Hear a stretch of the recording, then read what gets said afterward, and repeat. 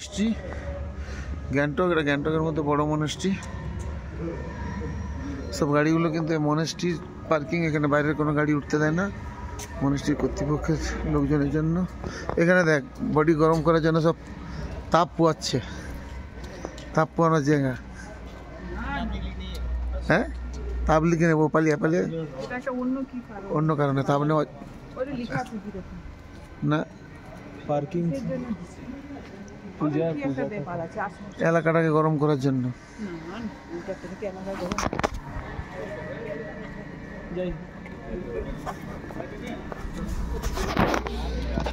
ছোট মনেস্ট্রি থেকে নিচের ভিউটা দেখুন।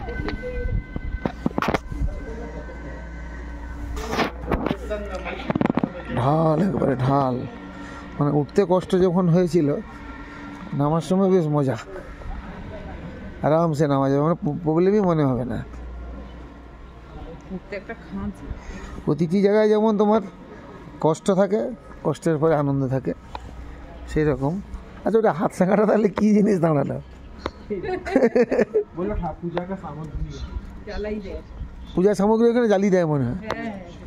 পূজার যা কিছু সামগ্রী সেটাকে নষ্ট করে করবে কেন, ওখানে জ্বালানোর জন্য ওটা রাখা আছে। ও, এটা বোঝা গেল তাহলে।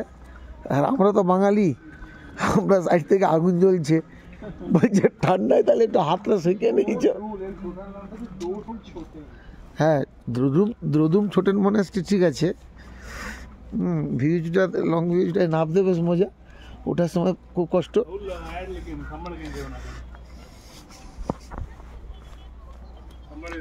ও তো ওখানে হাতটা সেঁকতে গেল, প্রতীক ওখানে আগুন জ্বলছে, আমরা যেমন করি, বলে ভাই এটা হাত শাঁকার জন্য নয়, ওটা কি ওই যে পুজো টুজো হয়, পুজোর যে অতিরিক্ত যে জিনিসপত্রগুলো থাকে সেগুলো অন্য জায়গায় ফেলে জঞ্জাল হবে কেন, ওইখানের ভিতর দিয়ে ওটা পোড়ানোর ব্যবস্থা।